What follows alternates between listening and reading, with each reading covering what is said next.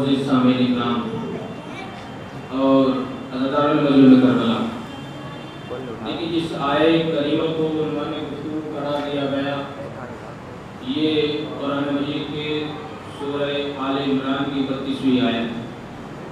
इस आयत में खालिक़ कायनात मालिक अर्ज़-ओ-समा इरशाद फरमाता है कि या मरियमो इन्नल्लाहा अस्तफ़ाके व तहरके वस्तफ़ाके अलम निसाइल आलमीन। इब्तदाई मजलिस में 2-4 कलमात तमहीद के मैं आप हज़रात के अज़ान आलिया की तरफ मुंतकिल करने लगा हूँ कि लाख एहसान है परवरदिगार आलम का कि जिसके खुसूसी नज़र करम से हमें ज़िंदगी में एक मर्तबा फिर मदरसा हुसैन इब्न अली में अफ़ाम व तफ़हीम करने का मौका नसीब हुआ और ये हुजूर उस मदरसे के दरवाजे खुले हैं कि जिसकी सनद पा जाने वाले को शफाअत नसीब होती है। ये उस मदरसे के दरवाजे खुले हैं कि जिसकी सनद पा जाने वाले को शफाअत नसीब होती है। और मोहम्मद वाले मोहम्मद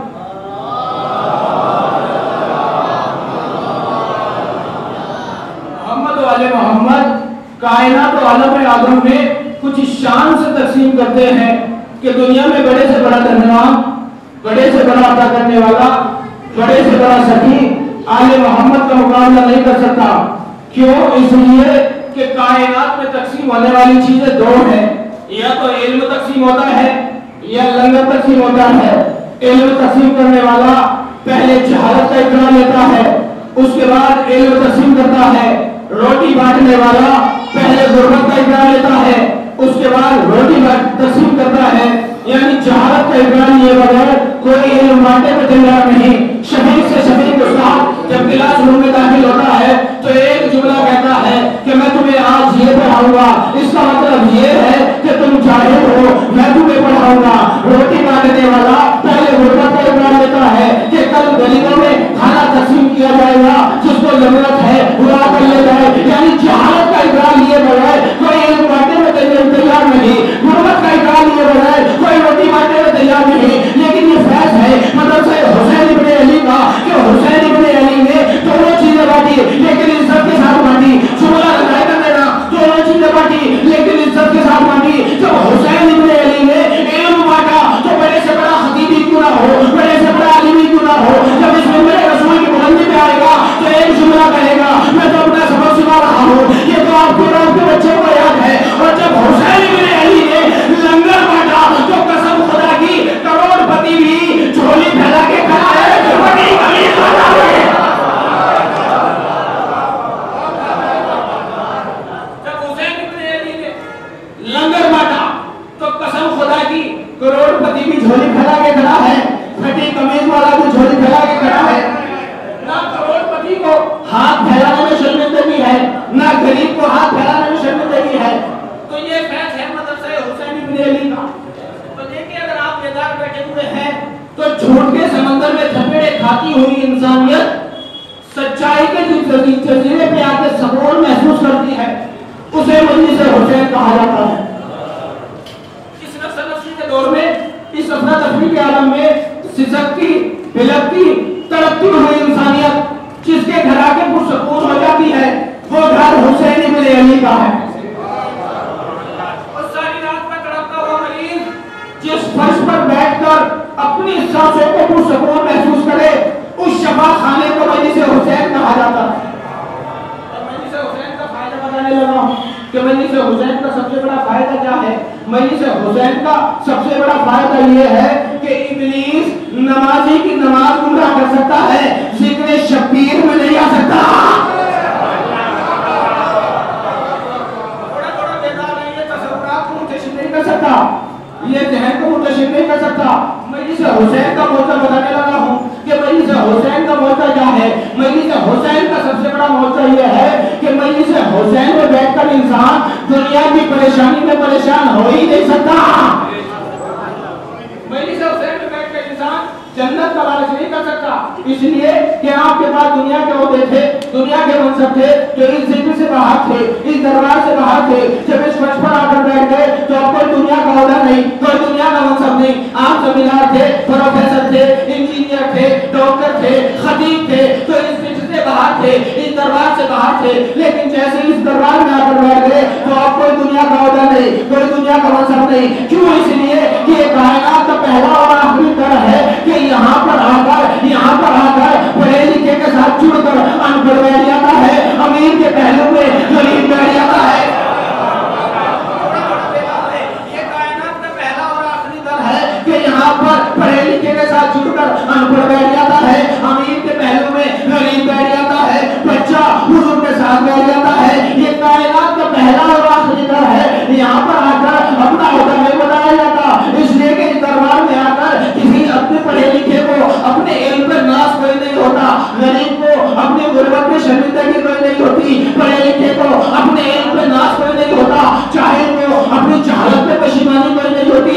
क्यों? इसलिए कि कायनात का पहला और आखिरी दर है। यहाँ पर आकर अपना ओहदा नहीं बताया जाता, अपना मनसब नहीं सुना जाता। क्यों? इसलिए कि इनके दरवाजे पर एक आया था, उसका ओहदा अफजलुल मलाइका था, रुतबा सैयदुल मलाइका था। जब उसने दरवाजे पर आकर अपना तारुफ कराया था तो उसने आकर कहा था अना खैरुल हसनैन, मैं हसनैन। उसने दरवाजे पर आकर अपना तारुफ कराया था, उसने आकर कहा था अना खैरुल हसनैन, मैं हसनैन का दर्दी हूँ। अंदर खड़ी फिजा की आवाज आई थी, रिजवान अरे मैं तेरे लहजे से वाकिफ हूँ, तू अपने को दर्दी क्यों कहता है? अपने को मलक बोल, अपने को फरिश्ता बोल, अपने को दरोगा बोल। रिजवान की आवाज आई, फिजा तुझे नहीं पता, इस दरवाजे पर आकर अपना ओहदा नहीं बताया जाता, लेकिन जो ये अदा करे वो सुनाया जाता है।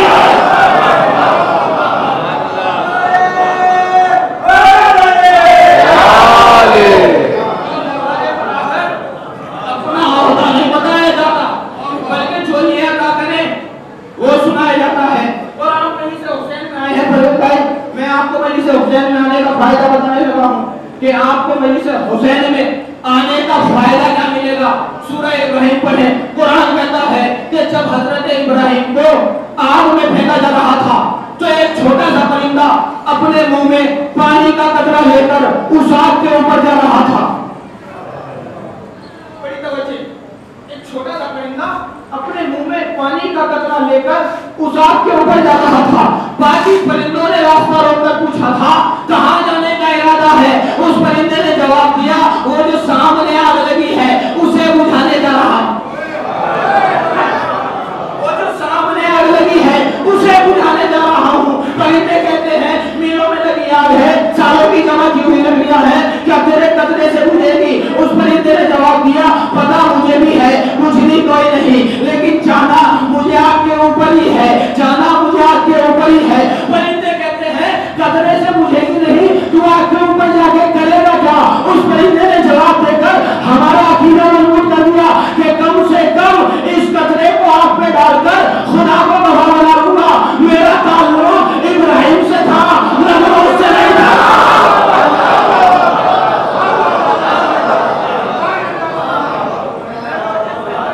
इस कतरे को आग पे डालकर खुदा को गवाह बना लूंगा। मेरा ताल्लुक इब्राहिम से था, नमरूद से नहीं था। आप थोड़ी देर के लिए मजलिस हुसैन में आएंगे, आपके कानों पर बैठा फरिश्ता ये लिखने पे मजबूर हो जाएगा इसका ताल्लुक हुसैन से था, यजीद से नहीं था।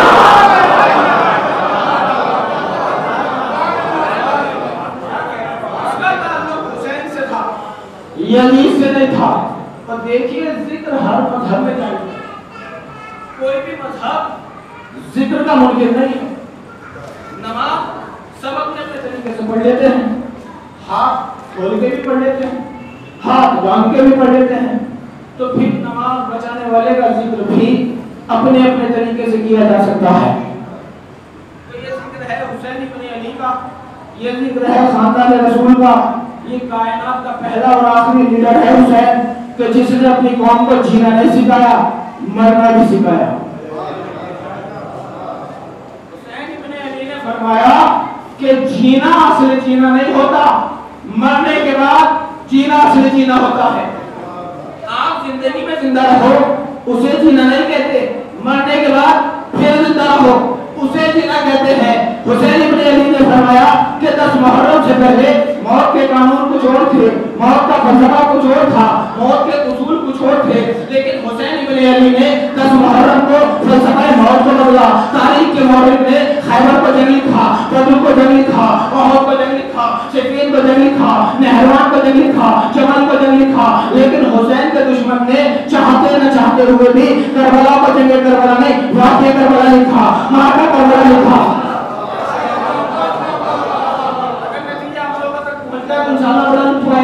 हुसैन के दुश्मन ने चाहते न चाहते हुए भी करबला को जंग करबला नहीं, वाक़या करबला लिखा, मार्का करबला लिखा, सानिया करबला लिखा। अरे बाकी जंगें थी तो ये वाक़या क्यों? हुज्जत वहां भी थी, हुज्जत यहाँ भी है, तलवार वहां भी थी, तलवार यहाँ भी है, लश्कर वहां भी थे, लश्कर यहाँ भी है। बाकी जंगें हो गई, ये वाक़या हो गया। आखिर राज क्या हुआ? हुसैन इब्न अली ने करबला के हुसैन इब्न अली ने करबला के मैदान में जंग के उसूल की गर्दन को तोड़ दिया। जंग के उसूल की गर्दन को तोड़ दिया। हुसैन इब्न अली ने फरमाया कि 10 मुहर्रम से पहले, अरे 10 मुहर्रम से पहले जंग के उसूल होते थे, ज़्यादा जीत जाते थे, थोड़े हार जाते थे, तलवारें बुलंद हो जाती थी, गर्दनें कट जाती थी, नेज़े चढ़ जाते थे, सीने छंदी हो जाते थे। हुसैन इब्न अली ने फरमाया कि 10 मुहर्रम के बाद से उसूल ये हो गया कि थोड़े जीत गए, ज्यादा हार गए, प्यार जीत गई, दरिया हार गया। थोड़े जीत गए, ज्यादा हार गए, दरिया हार गया, प्यार जीत गई। हुसैन इब्न अली ने फरमाया ये जंग लिखते भी तो कैसे लिखते? इसलिए कि उधर लाखों थे, इधर 72 थे, उन्हें जागीरों के वादे थे, हुकूमत की पेशकश थी, दरहमों दीनार थे, खजानों के मुंह खुले हुए थे, उन्हें लालच देकर बुलाया जा रहा था, इन्हें जन्नत देकर उठाया जा रहा था, उन्हें लालच देकर बुलाया जा रहा था, इन्हें जन्नत देकर उठाया जा रहा था।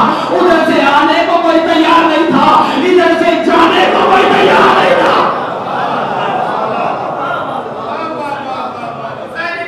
फरमाया ये जंग लिखते भी तो कैसे लिखते? इसलिए कि उधर लाखों थे, इधर 72 थे, उधर हर कोई सोच रहा था क्या कल मैं बच जाऊंगा, क्या मैं जिंदा रह पाऊंगा, क्या घर में वापस चला जाऊंगा। इधर हर कोई सोच रहा था सबसे पहले मैं हुसैन पर कुर्बान हो जाऊंगा, सबसे पहले मैं अपनी जान हुसैन पर निछावर कर दूंगा, क्या मेरा खून राहे हक में काम आ जाएगा। हुसैन इब्न अली ने फरमाया अरे जंग लिखते भी तो कैसे लिखते? इसलिए कि उधर लाखों थे, इधर 72 थे, उधर लाखों थे, इधर 72 थे, लेकिन ये था हुसैन इब्न अली के मौजूदा, हुसैन इब्न अली के इश्का मौजा के तारीख ने लिखा कि इधर से कासिम आया, उधर से 2000 भागा, इधर से अकबर आया, उधर से 3000 भागा, इधर से अब्बास आए, उधर से 10,000 भागा और जुमला अल्लाह करते ना। हुसैन ने कहा अरे तारीख लिख गई, उधर लाखों में हजारों भागते रहे, इधर 72 में एक न भागा।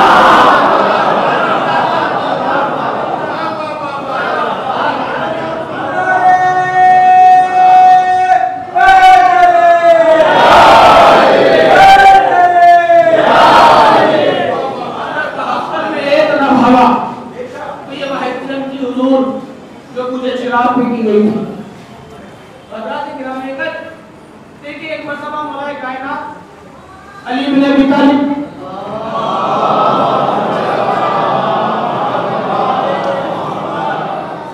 मिंबर कूफा में बैठे हुए थे।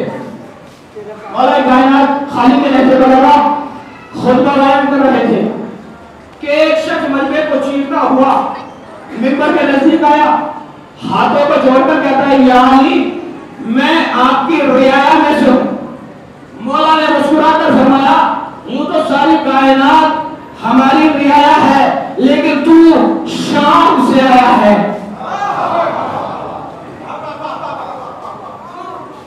शाम से आया है। रसूलुल्लाह शहरों ने हाकिम शाम से कुछ सवाल पूछे हैं। जब हाकिम शाम के दरबार में किराए पे पलने वाले आलिमों से उन सवालों के जवाब नहीं बने, उसने तुझे लिखकर मेरे पास भेजा है, तू मुझसे सवाल करेगा, मैं तुझे जवाब बताऊंगा, तू जवाब लिखेगा, जाके हाकिम शाम को देगा, हाकिम शाम बादशाह रोम को देगा, जाके हाकिम शाम से कहना इतना परेशान होने की क्या जरूरत थी, एक खत भेजकर मुझसे सवालों के जवाब ले लेता, इसलिए कि हम आलिम उसकी तरह चाहे जाहिल नहीं है। जब तू है गया है तो देख मैं जरा मसरूफ हूँ, वो दरवाजे पर मेरे दोनों बेटे बैठे हुए हैं, जिससे तेरे दिल में आए उससे सवाल कर। ठीक है हुजूर, ये अपने जहन में सोचने लगा कि लो हाकिम शाम के दरबार में बड़े बड़े बुजुर्ग आलिम थे, उनसे तो सवालों के जवाब नहीं बने, और अली ने मुझे टाला कैसे? सुनो भाई, अली ने मुझे टाला कैसे कि मेरे बेटों से पूछ। अब ये अली के दोनों बेटे क्या जवाब देंगे? अभी अपने जहन में सोच ही रहा था कि अली के बेटे क्या जवाब देंगे कि इतनी देर में मेरा बड़ा मौला हसन खड़ा हुआ, मेरा बड़ा शहजादा खड़ा हुआ, मेरा इमाम इब्न इमाम वाला खड़ा हुआ, और खड़े होने के बाद मेरे बड़े शहजादा इमाम हसन ने फरमाया कि शरीयतों का मुकम्मल निसाब लेता जा, ज़ईफ ढूंढ के ला और शबाब लेता जा, शरीयतों का मुकम्मल निसाब लेता जा, अरे ज़ईफ ढूंढ के ला और शबाब लेता जा। अरे गुलाम ज़्यादा नहीं, मैं इमाम ज़्यादा हूँ, सवाल ज़हन में रख और जवाब लेता जा।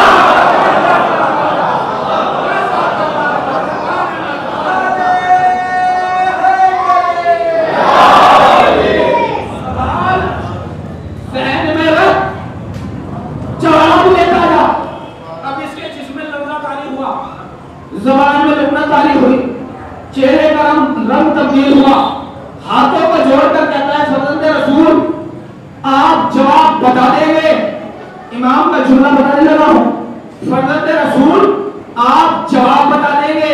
एक मर्तबा इमाम के चेहरे पे मुस्कुराहट आई, मुस्कुराकर फर्जंदे रसूल ने फरमाया अगर तू कहे तो सवाल भी मैं बता दूं।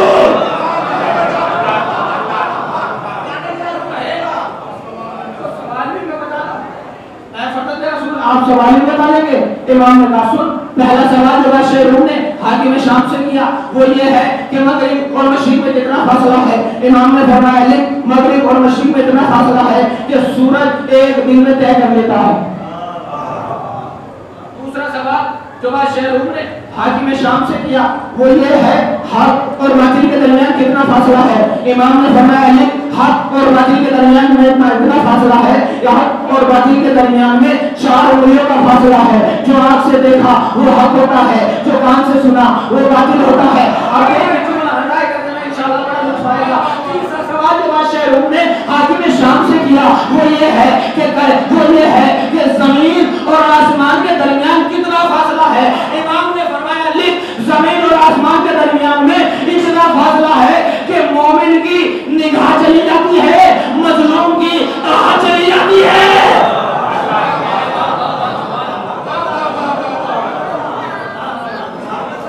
चौथा सवाल, अहम सवाल, आखिरी सवाल, इमाम ने फरमाया अली जो बादशाह रूम ने हाकिम शाम से किया वो ये है कि कायनात में सख्त तरीन चीजें कितनी है। इमाम ने फरमाया अली कायनात में सबसे ज्यादा सख्त है पत्थर, पत्थर से ज्यादा सख्त है लोहा। क्यों? इसलिए कि वो पत्थर को तोड़ देता है। लोहे से ज्यादा सख्त है आग। क्यों? इसलिए कि वो लोहे को पिघला देती है। आग से ज्यादा सख्त है पानी। क्यों? इसलिए कि वो आग को बुझा देता है। पानी से ज्यादा सख्त है बादल। क्यों? इसलिए कि वो अपने कांधों को उठाता है। बादल से ज्यादा सख्त है हवा। क्यों? इसलिए कि वो उसे चलाती है। हवा से ज्यादा सख्त है फरिश्ता, इसलिए कि चलने का हुक्म देता है। फरिश्ते से ज्यादा सख्त है जिब्रील, इसलिए कि वो उस फरिश्ते का उस्ताद है। जिब्रील से ज्यादा सख्त है मलकुल मौत। क्यों? इसलिए कि वो जिब्रील को मार देगा। मलकुल मौत से ज्यादा सख्त है मौत। क्यों? इसलिए कि वो मलकुल मौत को मार देगी, वो मलकुल मौत को मार देगी। चेहरा दर्द बदन सर कब कभी तारी, हाथों को जोड़ के कहता है समझ गया फर्जंदे रसूल, समझ गया। इमाम ने फरमाया अभी नहीं समझा, जाके हाकिम शाम के दरबार में कहना अली नहीं, अली का बड़ा बेटा हसन फरमा रहा था कि दहर में फैला है वही नूर जली है, दारैन पे है जिसका तसल्लुत वो वली है। और है मौत जो हो मलकुल मौत पे काबिल, जो मौत को मारे वो मेरा बड़ा वली है।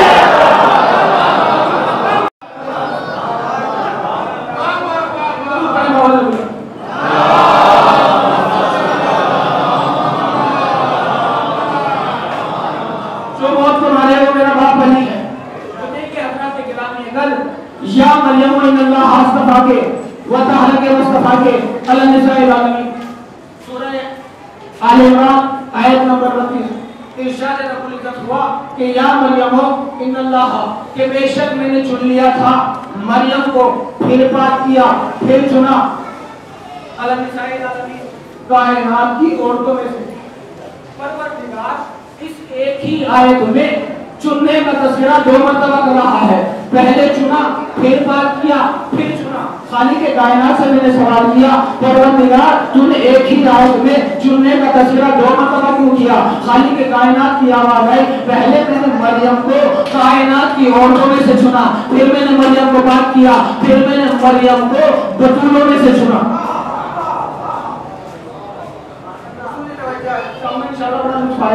फिर मैंने मरियम को बतूलों में से चुना। तो बतूल हुजूर नाम नहीं है, बतूल लक़ब नहीं है, बल्कि बतूल है मनसब, बतूल है अहदा। तो बतूल कहते किसे है? बतूल होती कौन है? बतूल होना किसे चाहिए? एक ही जुमले में मैं बतूल की तारीफ करने लगा हूँ। अगर आप लोगों तक पहुँचा सका तो इंशाअल्लाह बड़ा लुत्फ आएगा। बतूल कहते किसे है? बतूल होती कौन है? बतूल होना किसे चाहिए? मैं तारीफ करने लगा हूँ कि शरीयत में जिस मस्तूर को नमाज के लिए वजू की जरूरत न हो उसे बतूल कहा जाता है।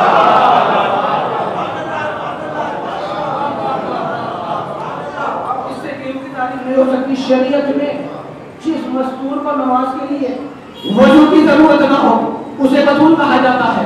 और अहले सुन्नत वल जमात की किताब मुतवत्तरीन किताब का नाम सहीह बुखारी, उसके अंदर एक बाब है, बाब का नाम है बाबे मनाकिब फातिमा ज़हरा। उसके अंदर आपको ये हदीस मिल जाएगी कि मदीने की औरतों में बहस छिड़ गई, इकट्ठा होकर नबी की ज़ौजा के पास आई और आकर कहती है कि तू भी इसी घर में रहती है, ज़हरा भी इसी घर में रहती है, हमें बता कि ज़हरा कितनी पाक है, हमें बता कि ज़हरा कितनी पाक है। नबी की ज़ौजा कहती है मैं तुम्हें बताऊं कि बीबी ज़हरा कितनी पाक है कि जिसने ज़ोहर पढ़कर हसन जैसा इमाम इस कायनात को दिया और असर के लिए फिर मुसल्ले पे आ गई, उसे ज़हरा कहते हैं।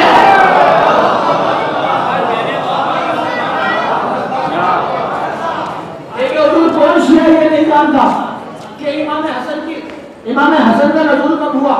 15 रमज़ान को हुआ, ज़ोहर के वक्त हुआ, न रोज़ा टूटा न नमाज कज़ा हुई। आज लोग एतराज कर देते हैं कि आले मोहम्मद नाज़िल नहीं होते, आले मोहम्मद पैदा होते हैं।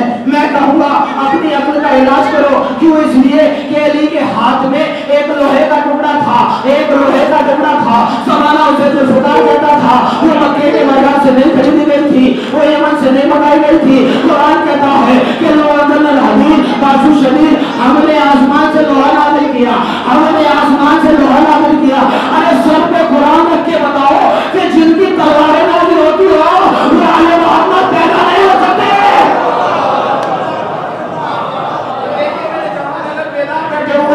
तुम्हें बताने लगा हूँ कि उन तलवारें जुल्फ़िकार का मौजूदा क्या था। किताबें कहती हैं कि कई जंगों में मौलाए कायनात तलवारें जुल्फ़िकार को हाथ में रख के लड़ते थे, मौला तलवार को हाथ में रख के लड़ते थे, मौला तलवार को हवा में छोड़ दिया करते थे। जुल्फ़िकार 3 गर्दनें काटा करती थी, चौथी छोड़ दिया करती थी, 5 गर्दनें काटा करती थी, छठी छोड़ दिया करती थी, 8 गर्दनें काटा करती थी, 9वीं छोड़ दिया करती थी। मालिक अशतर ने अली के कदमों में हाथ रख के फरमाया या अली ये गर्दनें छोड़ के क्यों चलती है? मौला ने फरमाया ये गर्दनें छोड़ के नहीं चलती, ये नस्लें देख के चलती है, ये शरीयत देख के। एक दरूद पढ़े मौला से बोलो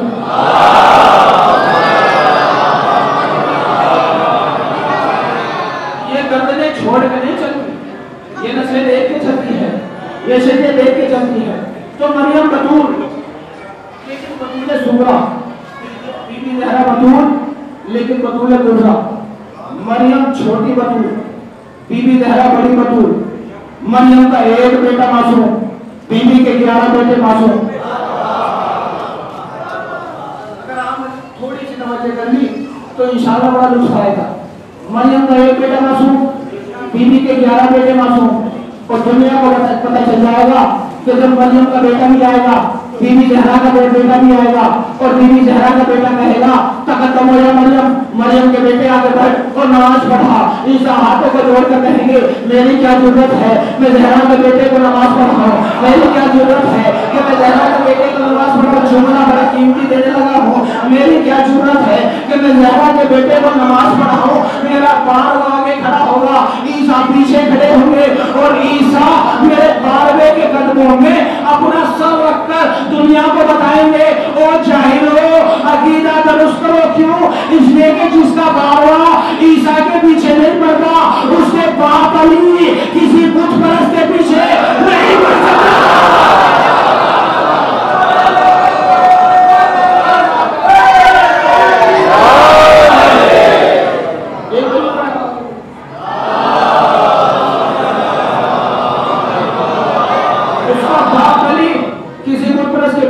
सकता।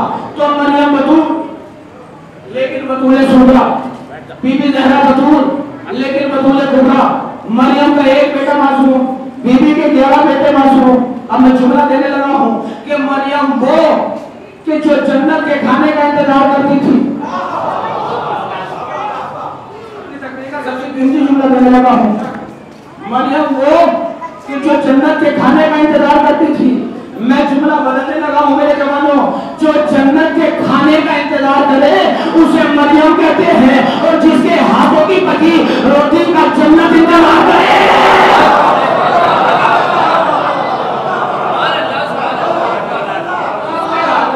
रोटी का जन्नत इंतजार करे उसे ज़हरा कहा जाता है।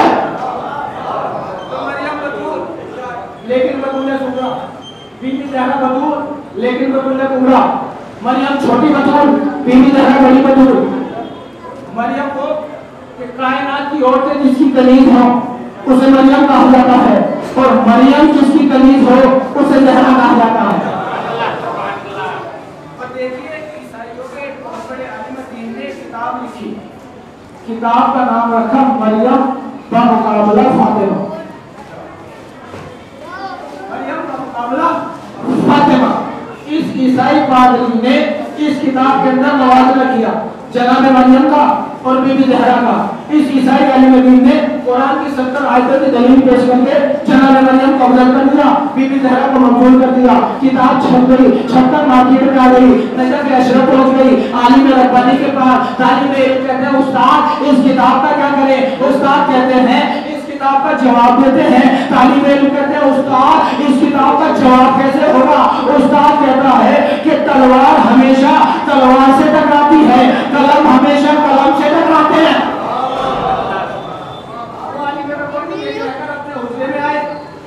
इबादत बिछाया, 2 रकात नमाज, बीबी ज़हरा को अदा की, हाथों को जोड़ के कहता है आलिम रब्बानी हुसैन की माँ मुझे लफ्ज़ों की खैरात अता कर, मैं तेरी वकालत करने लगा हूँ। मुझे लफ्ज़ों की खैरात अता कर, मैं तेरी वकालत करने लगा हूँ।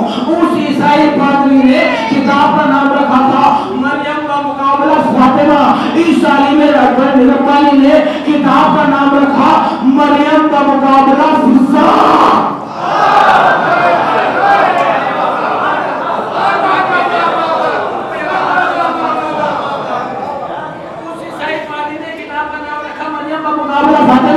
ईसाई में रब्बानी ने किताब का नाम रखा मरियम का मुकाबला फिज़ा। ये आलिम रब्बानी उस ईसाई पादरी ने कुरान की 17 आयतों की दलील पेश की थी।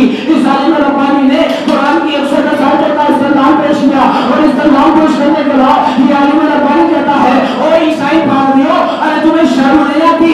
मरियम वो थी कि जो मरियम वो थी कि जिसके लिए फरिश्ता खाना लेकर आता था। मरियम हाथों को जोड़कर कहती थी तेरा भी शुक्रिया, तौहीद का भी शुक्रिया, तेरा भी शुक्रिया, तौहीद का भी शुक्रिया।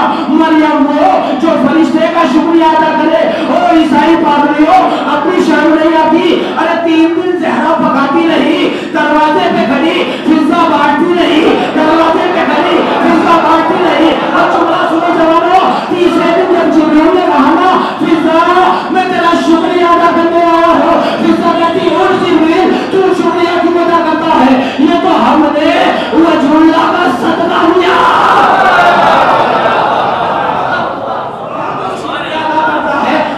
ये तो हमने वजहुल्लाह का सदका दिया।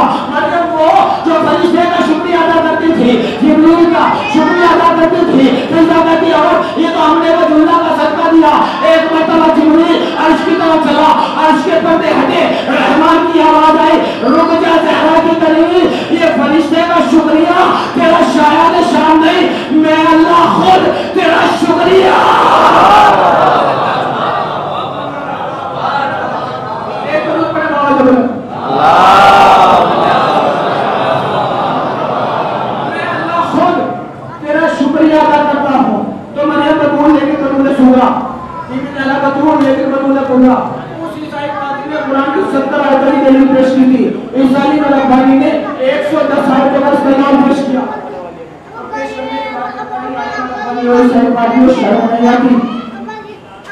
पैगंबर इस्लाम जब खैबर के मैदान में पैगंबर इस्लाम ने 39वें दिन या या वाली वली या मजहर लगाइब या मुर्तजा अली, ए नबियों की मदद करने वाले, ए वलियों की मदद करने वाले, ए नबियों की मदद करने वाले, ए अली अगर मेरी आवाज सुन रहा है तो फौरन खैबर में हाजिर हो, फौरन खैबर में हाजिर हो। अली मदीने में नमाज पढ़ रहे थे, रसूल की आवाज को सुना, फौरन कंबल से कहा कंबल जल्दी कर मेरी तलवार लेकर आ, कंबल जल्दी कर मेरी तलवार लेकर आ। कंबल कहता है मौला अभी तो आप नमाज पढ़ रहे थे, या आपको नमाज में तलवार की क्या जरूरत पड़ी? अली की आवाज आई कंबल जल्दी कर, इसलिए कि रसूल की जान खतरे में है। कंबल जल्दी कर, इसलिए कि रसूल की जान खतरे में है।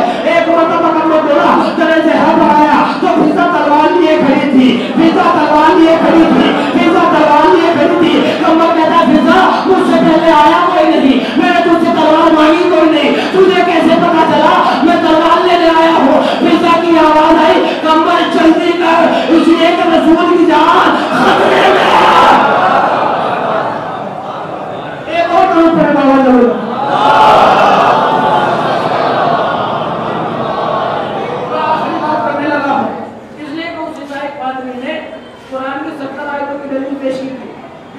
रब्बानी ने 110 आयतों की दलील पेश की और ये कहता है अली रब्बानी वही सही बाकी और शर्म नहीं आती। एक मरतबा कंबल तेरे जहरा पर आया, आने के बाद कंबल बात किया, अंदर से जनाब फिजा बाहर आई। आने के बाद जनाब कंबल बोलते हैं फिजा क्या मेरा मौला घर पे है? जनाब फिजा ने एक मरतबा आसमान की तरफ देखा, देखने के बाद फरमाया इस वक्त मेरा मौला आसमानों पर है। जैसे जनाब फिजा ने कहा आसमानों पर है, जनाब कंबल के चेहरे पे तबस्सुम आई, जनाब फिजा के चेहरे पे जलाल आया। कंबल कहता है फिजा मैं अली इब्न अबी तालिब की बात कर रहा हूँ। फिजा कहती है भाई कंबल मैं भी हसनैन के बाबा अली इब्न अबी तालिब की बात कर रही हूँ। अली मुस्कुराकर कहता है अच्छा फिजा अगर अली आसमानों पर है तो अली आसमानों पे कर क्या रहे हैं? फिजा एक मरतबा जलाल के आलम में कहती है मेरा मौला अली आसमानों पर जिंदगी दे रहा है, मौत दे रहा है, हयात दे रहा है, रिज़्क बांट रहा है, फरिश्तों को नमाज पढ़ा रहा है, निज़ाम कायनात चला रहा है, ईसा से मुलाकात कर रहा है। एक मरतबा रहा था दया कंबल से अपने ज़हन में सोचता सोचता दरे ज़हरा से चला क्या कहती है फिजा अली आसमानों पर है।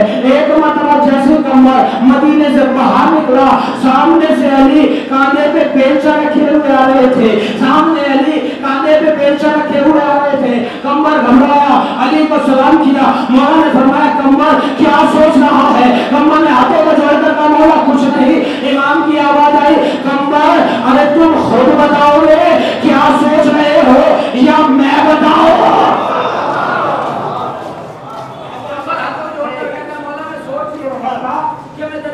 गया था मैंने आपको पूछा तो फिजा ने बताया कि अली आसमानों पर है। और क्या कहा फिजा ने कहा मौला का इसलिए कि फिजा कहती है अली आसमानों पर है, नमाज पढ़ रहे हैं, जिंदगी दे रहे हैं, मौत दे रहे हैं, हयात दे रहे हैं। एक मरतबा मौला ने फरमाया कंबल क्या तुझे शक है लरस के रह गया? कंबल जोड़ के कहता है मौला अगर मैं शक करूं तो मैं काफिर हो जाऊं, लेकिन मौला फिजा ने कहा था अली आसमानों पर है, लेकिन मौला आप तो सामने खड़े हैं। एक मरतबा मौला ने कंबल के चेहरे पे एजाज इमामत का हाथ फेरा, कंबल की आंखों के सामने से पर्दे हटे, अली की आवाज है कंबल आसमान की तरफ देख। अब कंबल ने आसमान की तरफ देखना शुरू किया। पहले आसमान पे अली थे, दूसरे आसमान पे अली थे, तीसरे आसमान पे अली थे, कहीं नमाज पढ़ा रहे थे, कहीं रिस्क बांट रहे थे, कहीं जिंदगी दे रहे थे, कहीं मौत दे रहे थे, कहीं हयात बांट रहे थे। एक मतलब अली ने हाथ फेरा, सामने अली खड़े थे, कंधों ने हाथों को जोड़कर कहा, या अली मैं भी आपका नौकर हूँ, फिजा भी आपकी कनीज है, मैं भी आपका नौकर हूँ, फिजा भी आपकी कनीज है। लेकिन या अली फिजा के बाद ऐसा कौन सा वजीफा है कि फिजा जमीन पे बैठ के आसमानों की खबरें जानती है, फिजा जमीन पे बैठ के आसमानों की खबरें जानती है। आखिरी जुमला देने लगा हूँ और इसके बाद अपने मसाए फिजा ऐसा कौन सा वजीफा है फिजा के बाद कि जो जमीन पे बैठ के वो आसमानों की खबरें जानती है। अली की आवाज़ कमर आज के बाद फिजा से मुकाबला न करना। क्यों? इसलिए कि फिजा जिस घर में रहती है उस घर का दरवाजा अर्श पे खुलता है।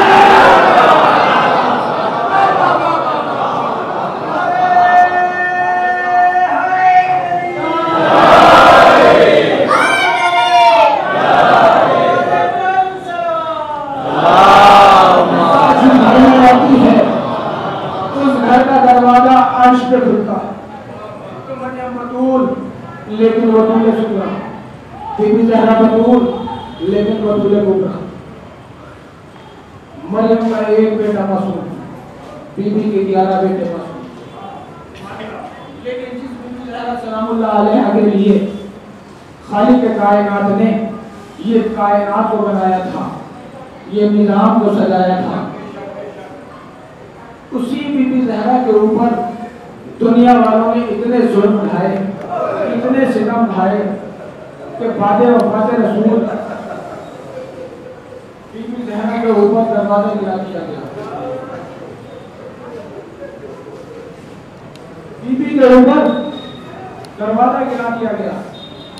आज दादा तो सुनेंगे, कायनात मक्तल की किताबों के अंदर इससे बड़ा जुमला मैं नहीं मानता कि जब एक मर्तबा शहजादी फातिमा ज़हरा सलामुल्लाह अलैहा के पास मौलाए कायनात आए, बीबी ज़हरा ने तड़प कर फरमाया, ए अबुल हसन, मैंने सुना है कि लोग तुम्हें सलाम नहीं करते।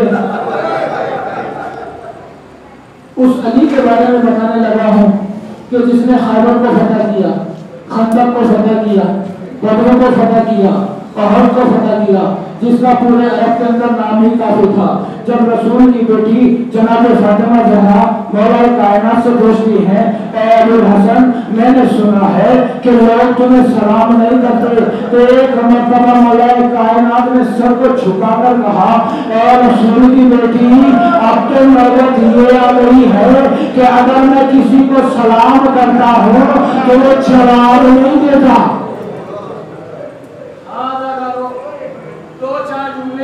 मैं गाजी अबुल फजल अब्बास के नाम से पढ़ने लगा हूँ। मेरा दिल चाहता है कि मैं उस 32 साल जवान के मसाइल पढ़ूं जो करबला के लिए मौला कायनात ने खुद मांगा था, इसलिए कि गाजी अबुल फजल अब्बास को जब भी जवाल आता था तो इमाम हुसैन ये कहकर रोकते थे कि करबला दूर है। इसलिए कि गाजी अबुल फजल अब्बास को पहली मर्तबा मौला कायनात के जनाजे पे जला लाया था।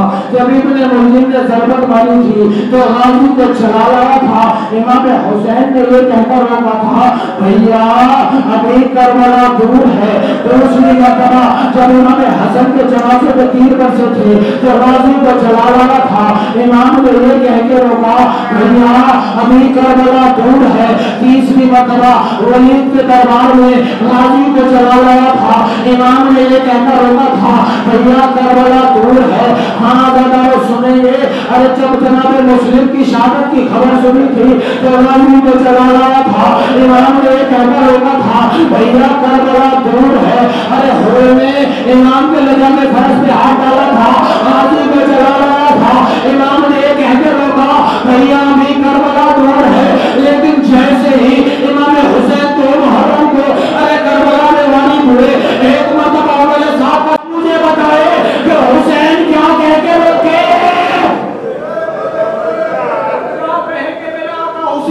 इसलिए कि हर मकाम पर गाजी को ये कह के रोकते रहे कि करबला दूर है, करबला दूर है। लेकिन आज गाजी अबुल फजल अब्बास अरे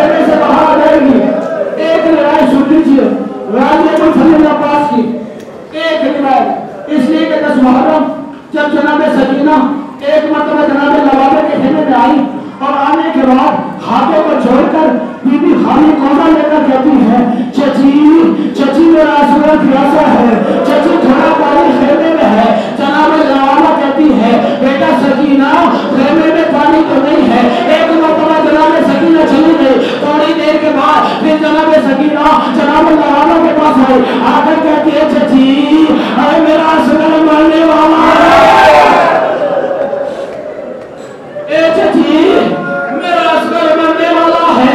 ए चाची अरे थोड़ा सा अगर पानी मिल जाता।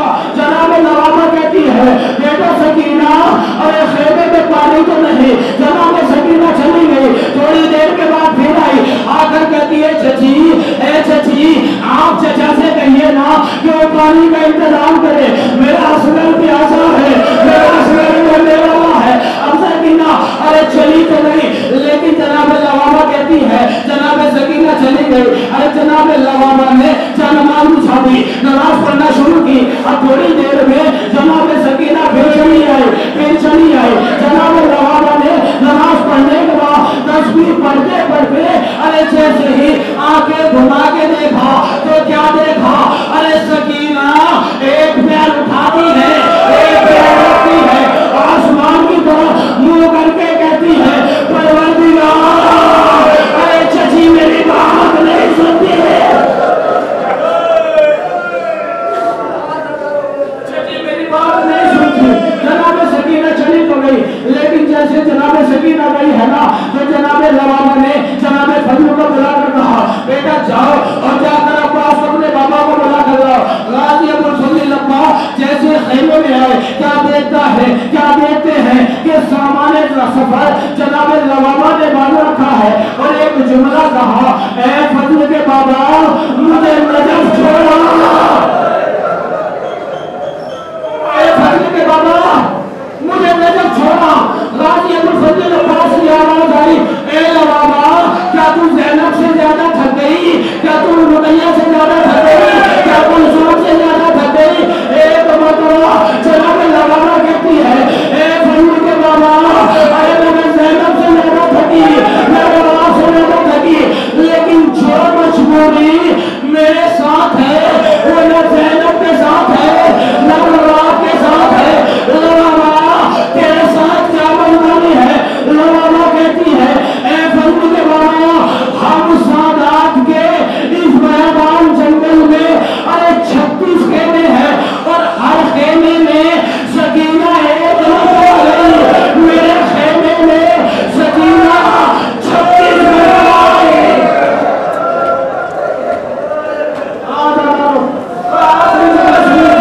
मेरे खेमे में सकीना 36 मरतबा आई है और अनेक अंदाज ऐसा होता है हाथ में खाली रोजा होता है, सर में चादर नहीं होती, तरह तरह रहती है चाची अरे मेरा असगर मरने वाला है। आपने जुमला सुन लीजिए दादारो। अभी ये बात कर ही रहे थे कि जनाब सकीना एक मरतबा आई आकर कहती है चाचा ए चाचा अरे मेरा असगर प्यासा है, मेरा असगर मरने वाला है। ए बेटा सकीना अरे तुम्हारे बाबा इजाजत नहीं देते। ए चाचा अगर मैं इजाजत दिलाऊं तो क्या पानी लेकर आएंगे? अरे एक मरतबा अरे गाजी की आवाज आई ए बेटा सकीना अरे कोशिश करो ना। जनाब सकीना गाजी को लेकर इमाम के पास आए। एक मरतबा जनाब सकीना फरमाती है ए बाबा अरे मेरे कुछ हक है हक का रास्ता देती हूँ, चाचा को इजाजत दे दीजिए। एक मरतबा इमाम की आवाज आई ए बेटा सकीना तुम्हारा क्या हक है? जनाब सकीना कहती है बाबा पहला हक ये है कि मैं आपकी बेटी हूँ, दूसरा हक ये है कि मैं थोड़ी देर में अरे ये पीर होने वाली मैं थोड़ी देर में यतीम होने वाली हूँ। दूसरा हक ये है कि मेरा असगर प्यासा है और वो मरने वाला है। आप चाचा से कहिए कि वो पानी का इंतजाम करे। एक मरतबा इमाम की आवाज आई ए बेटा सकीना मुझे इतना बता दे कि तेरा भाई असगर कितने साल का है? जनाब सकीना फरमाती है बाबा साल का नहीं मेरा भाई अरे 6 महीने का है। और बेटा सकीना अरे मेरा भाई कितने साल का? जनाब सकीना ने फरमाया अरे 32 साल का। इमाम की आवाज आई ए बेटा सकीना अरे रहेगा तेरा नहीं बचेगा तेरा।